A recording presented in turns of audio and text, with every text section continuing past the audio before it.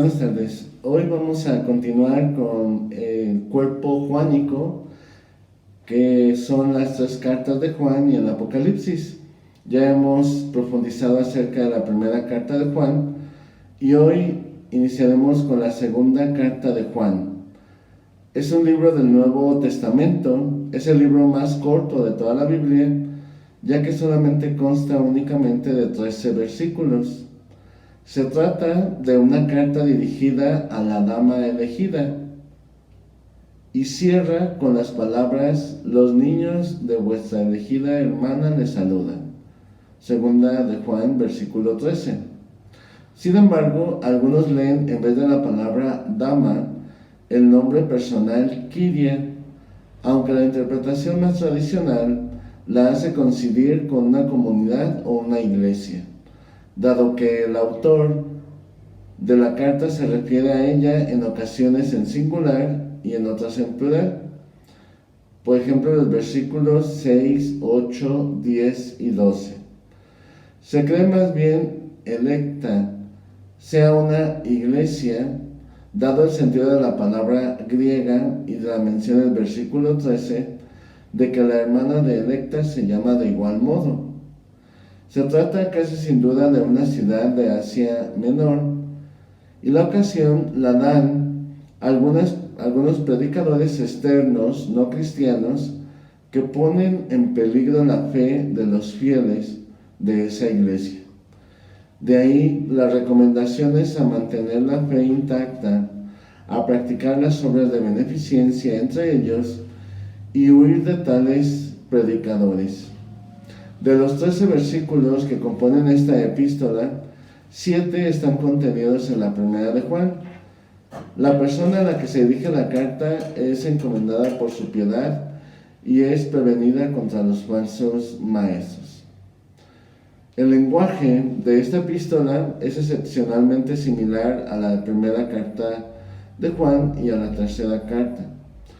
Por lo tanto, el consenso entre los eruditos y estudiosos es que la misma persona escribió las tres cartas. No obstante, se duda que sea también el mismo Juan que escribió el Evangelio de Juan y la primera carta de Juan y el Apocalipsis. ¿Por qué motivo se escribió esta carta?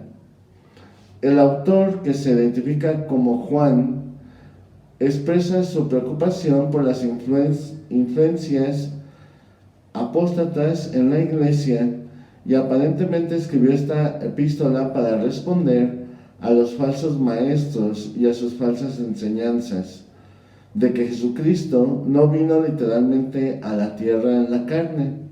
Explicó que los miembros que enseñaba Cristo no eran un cuerpo físico, sino solamente aparente. Segunda de Juan 1, de versículos del 7 al 10. Y aconseja a los miembros que no les permitan permanecer en sus congregaciones ni interactuar con ellos.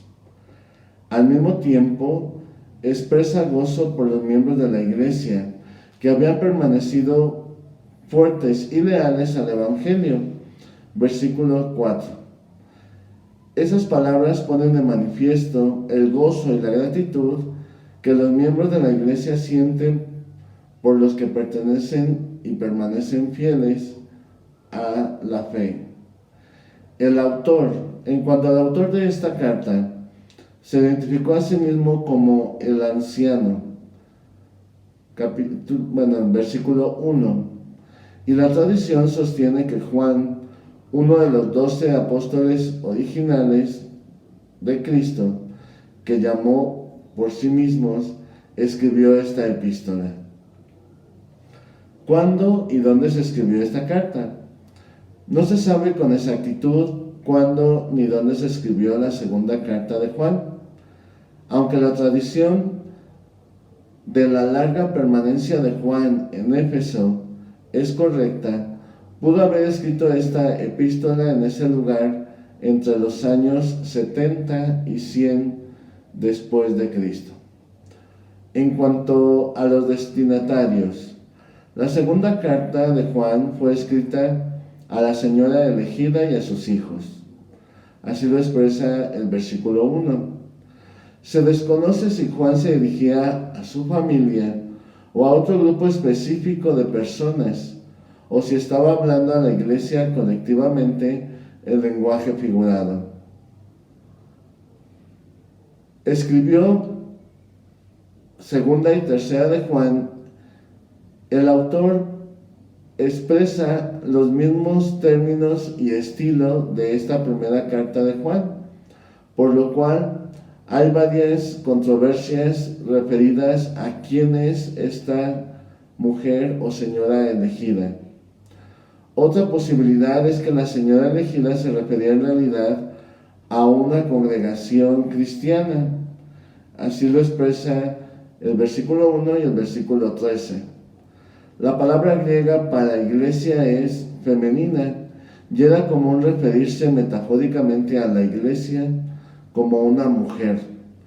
Así también lo expresa Pablo en la carta a los Efesios, capítulo 5, versículos 25 al 27 y el versículo 32. En cuanto a la estructura de esta carta, como son 13 versículos, podemos irlos definiendo de la siguiente manera. Hay un saludo inicial, que son los versículos del 1 al 3, y vemos que concretamente en estos 3 versículos va a hablar o introduce los temas principales que se van a tratar en la carta. El versículo del 4 al 6 habla del mandamiento del amor.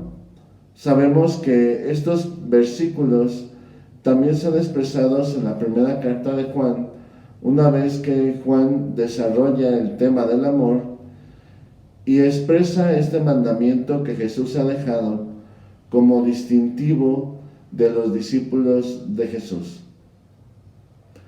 Además, sabemos que el mandamiento es una expresión del amor que Cristo mismo ha dejado en el corazón de todos sus seguidores, y como una ley a seguir, no por obligación, sino como un modo de expresión del amor de Dios entre los hermanos. Y la segunda parte del tema principal es la recta confesión de Cristo, por contraste con la doctrina de los seductores. Aquí en este segundo tema principal de la carta, es lo que hemos hablado acerca de los falsos maestros que aparecieron en esta comunidad, por lo cual es importante saber que este segundo punto, que va desde los versículos del 7 al 11, habla sobre todo de esta gran amenaza que vivía esta comunidad. Personas que refutaban que Jesús no se hizo carne, sino que era solamente aparente su presencia, que es una de las primeras herejías que aparecen en los primeros siglos de la iglesia, por lo cual es importante saber que nosotros tenemos la oportunidad de poder encontrarnos también con personas en esas circunstancias. Por eso es muy importante esta parte de esta carta donde nos habla de tener esta recta confesión de fe en Cristo Jesús. Esta advertencia contra la tesis de los herejes, que va de los versículos del 7 al 9, nos ayuda a entender la amenaza concreta que vivía esta comunidad, que eran pequeños grupos, como hemos visto también en las cartas de San Pablo, en las cartas de Santiago, de Judas, cómo pequeños grupos se introducían en las comunidades cristianas para crear confusión en la experiencia de fe.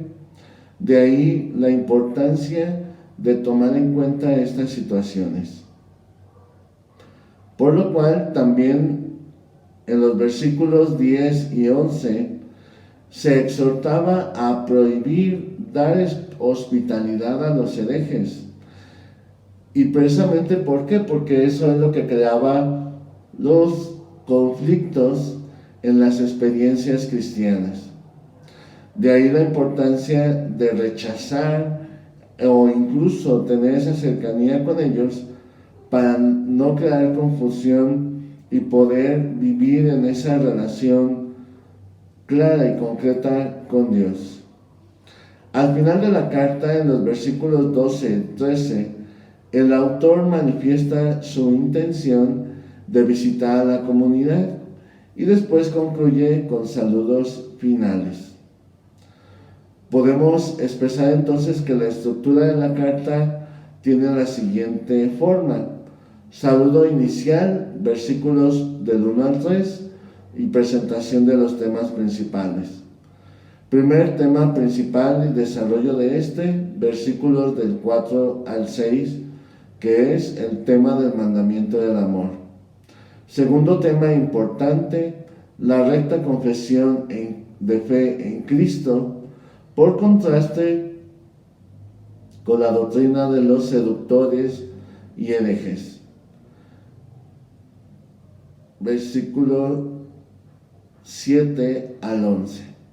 Y podemos también organizarlo de la siguiente manera: advertencia contra la tesis de los herejes del 7 al 9 y prohibición de dar hospitalidad a los herejes del 10 al 11. Y al final, su intención de visitar la comunidad y saludos finales, versículos del 12 al 13. Es importante reconocer en esta carta que la intención principal es sobre todo que el autor tiene esa preocupación de esta comunidad que él llama la señora elegida, porque puede crear un conflicto en el interior de la misma comunidad y crear división y crear conflictos entre los mismos miembros y seguidores de Cristo. De ahí la importancia de que esta carta nos ayuda sobre todo a también darnos cuenta cuáles son las situaciones que podemos encontrarnos a lo largo de nuestro camino de fe, y sobre todo ver que aunque es muy pequeña, como hemos dicho que solamente son 13 versículos, retoma algunos elementos de la primera carta de Juan, como es la doctrina acerca del mandamiento del amor y también la doctrina acerca de la fe, teniendo a Cristo como luz de nuestra vida y viviendo de acuerdo a esa luz, dejándonos guiar por ella para que así poder ser auténticos discípulos de Él. Otro elemento importante de esta carta, que aunque muchos biblistas la consideran muy corta, incluso que no tiene más que un solo capítulo, podemos decir así, ayuda a poder entender dos cosas importantes. También la importancia de los guías o cabezas de comunidad que tenían esta tarea de poder discernir con claridad cómo acompañar las comunidades que ponían en sus manos y sobre todo cómo defenderlas de todas esas amenazas que a lo largo del camino pueden encontrarse en su formación, en su acompañamiento y sobre todo en la claridad de la fe. Sabemos que toda comunidad en los primeros siglos, cuando se estaba formando, era necesario tener clara la doctrina, ya que, como sabemos, pueden darse muchas desviaciones o incluso también interpretaciones acerca de la fe que no son adecuadas. De ahí la importancia de saber cómo cada uno de nosotros tenemos las herramientas necesarias en la palabra de Dios para entender este camino. Prácticamente la primera carta de Juan desarrollaba la doctrina de Jesús en esos 4 elementos que dijimos, como Dios, como luz, como amor, como verdad y como vida. Y concretamente esta segunda carta sencillamente tiene la intención de no desviarnos de esa doctrina y tener cuidado con aquellas personas que pueden crear algún conflicto o confusión en el camino de fe. De ahí la importancia de este autor que se autodomina como el anciano, es decir, el maestro, el guía, en el sentido de la cultura judía, porque sabemos que los ancianos no solamente se refieren a personas de mayor edad, sino que un anciano en la cultura judía era aquel que tenía la capacidad y la autoridad para poder interpretar la ley, poder guiar a la comunidad en esa experiencia y llevar ese crecimiento y fortalecimiento de la vida de fe de todos sus compañeros y miembros de esta comunidad. Si eso lo trasladamos a la actualidad cristiana, sabemos que todos aquellos que fueron puestos como cabezas de comunidad tenían también esta tarea, como los ancianos judíos, de tener la autoridad y la capacidad de guiar a la comunidad para no caer en errores y también saber defenderse de todas estas amenazas que ponían en riesgo la centralidad de la fe o que incluso podían dejarla, ¿no?, ante esta situación de no comprenderla, de no sentir que estamos realmente siguiendo el camino que Jesús presentó. Otro elemento importante también que aprendemos de esta carta es el celo pastoral que tienen los episcopos o sacerdotes que estaban al frente de las comunidades, ya que no solamente tenían la función de guiar, acompañar, sino también de discernir con claridad cada una de las propuestas que se iban encontrando en el camino y darles elementos a la comunidad para poder tomar decisiones claras acerca de su seguimiento. Otro elemento también importante que desarrolla esta carta es sobre todo la unidad de la fe, y para ello la importancia que incluso pone de manifiesto en los versículos del 10 al 13 de no tomar y no estar en contacto con estas personas que pueden crear esa división, ese conflicto, esa situación de tensión dentro de las mismas comunidades. De ahí el porqué, la importancia de sabernos elegidos por parte de Jesús para llevar a cabo su decisión de poder vivir la fe que el mismo Jesús nos ha transmitido a lo largo de la vida de todos los siglos.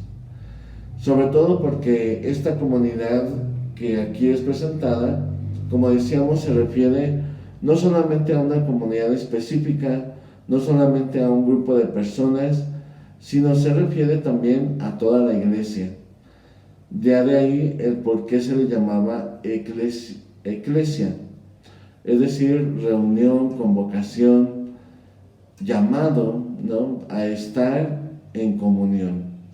Y eso es precisamente lo que tiene la intención Jesús al invitar sobre todo a sus discípulos a continuar y perpetuar esta doctrina de fe que él había enseñado. Si recordamos bien, al final del capítulo 28 de San Mateo, habla de este imperativo o orden de parte de Jesús a sus discípulos cuando, después de enviarlos a bautizar, les dice: enséñenles todo lo que yo les he comunicado o enseñado.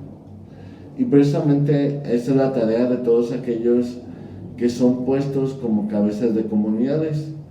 Y también, como en esta época era muy común las cartas, ya lo vemos desde San Pablo, de cómo transmitían esa doctrina de fe y buscaban mantenerse atentos a través de estas experiencias que los llevaban a profundizar y sobre todo a darse cuenta de cuáles eran esos elementos débiles en los cuales se quedaba esta invitación a vivir de acuerdo a la fe cristiana.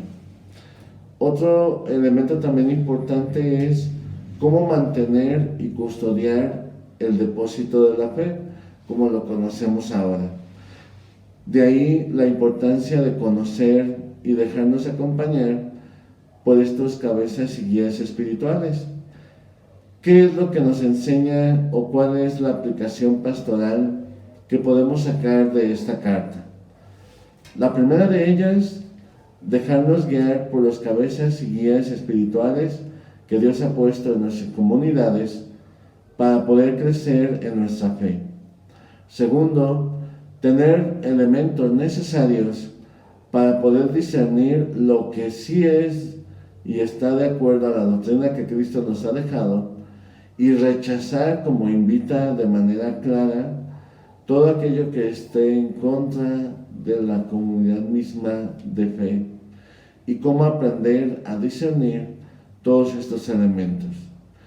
Creo que esta carta, a pesar de ser pequeña, pues tiene todos estos elementos que nos ayudan a descubrir en qué paso y momento nos encontramos en nuestra propia experiencia de fe. Sabemos que las cartas de Juan, sobre todo, siempre tienen una intención muy fija. Como nos lo dice casi al final de los versículos 12 al 13, esa invitación de poderlos acompañar, de poder guiar a esa comunidad, no solamente transmitir la fe y dejarlos en su acompañamiento, sino buscar que no caigan en los errores que ya han pasado, sino encontremos esos caminos nuevos a través de la fe que es profesada por todos y cada uno de nosotros. Un elemento también, otra aplicación pastoral también de esta carta, es sobre todo el celo apostólico, es decir, cómo ayudarnos a vivir y ser fieles a la doctrina que hemos recibido para transmitir. Y segundo, poner atención a todas las amenazas que podamos encontrarnos. Sabemos que en la actualidad podemos encontrar diferentes elementos que nos pueden llevar a una confusión o incluso también a una división, como lo hemos visto a lo largo de la historia de la Iglesia. Sabemos que a lo largo de nuestra propia historia también podemos encontrarnos grupos, como nos presenta esta segunda carta, que nos pueden llevar a crear división en nuestras propias comunidades, en nuestras propias familias, o incluso en nuestra propia persona y en nuestra propia fe. De ahí la importancia de conocer estas cartas que nos llevan también a aplicarlas a la actualidad y cómo estamos nosotros viviendo esta misma situación. Una de las cosas que me pareció interesante poder profundizar es acerca de que después de hablar del mandamiento del amor y después de hablar de la recta confesión de fe, ponga en advertencia las situaciones y la amenaza de estas doctrinas que creaban confusión y que incluso lleguen a la prohibición de dar hospitalidad a esas personas. Si nosotros lo vemos de una manera clara, podemos decir, entonces, ¿dónde quedó el mandamiento del amor, de la asistencia al necesitado? Pero sabemos que hay personas que es mejor crear esa distancia con ellos para no crear esta situación de confusión, principalmente para aquellos que apenas van creciendo en la experiencia de fe. Es posible que la comunidad, si la mayor parte de ellos ya lleva tiempo en su camino, puede hacer frente a estas situaciones, pero los que van apenas creciendo y se van introduciendo en la experiencia de fe, si dejamos que estas personas sean las que vayan siendo parte de esta comunidad, pueden crear esa confusión en los más pequeños. Y recordemos precisamente esa invitación de Jesús en el Evangelio de San Mateo: tengan cuidado en escandalizar a uno de estos pequeños, ¿no? De ahí la importancia de que podamos estar atentos también nosotros a dejarnos guiar por nuestras autoridades eclesiásticas, así como lo hace Juan, el autor que se presenta así en esta carta, y como también estar atentos al discernimiento de no dejarnos confundir por doctrinas que nos puedan llevar por otros caminos. Pidamos pues a Dios en esta tarde que nos conceda esa gracia y así poder dar testimonio de nuestra fe, una fe firme y una fe custodiada. Que pasen todas buenas tardes y que Dios les bendiga.